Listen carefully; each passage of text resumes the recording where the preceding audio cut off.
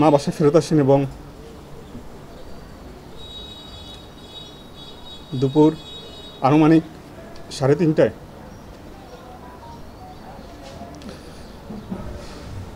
জনৈক ব্যক্তি জানান তার মেয়ের লাশ পাওয়া গিয়েছে একটি ধানের জমিতে। মা দ্রুততার সাথে ছুটে যান এবং লাশটি তার মেয়ের বলে শনাক্ত করেন।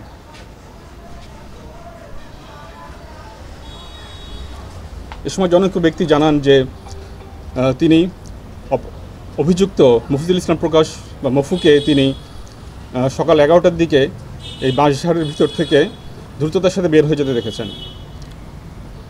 আমরা অবিলম্বে তার খোঁজ করি এবং তাকে আমরা গতকাল ধৃত করি।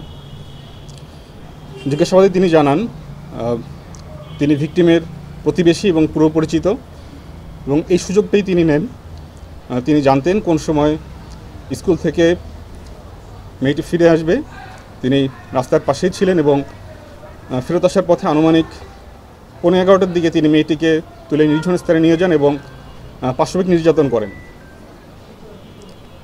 এবং নির্যাতনের এক পর্যায়ে তিনি মেয়েটি চিৎকার করলে তাকে মুখ এবং গলা চিপে তাকে হত্যা করেন। হত্যাকাণ্ডের পরে তিনি বাসায় ফেরত যান এবং যখন তিনি জানতে পারেন ডেড বডি পাওয়া গিয়েছে এবং বিষয়ে মামলা হয়েছে, তিনি কুমিল্লা ত্যাগ করে সন্ধ্যায় চাঁদপুরে চলে যান।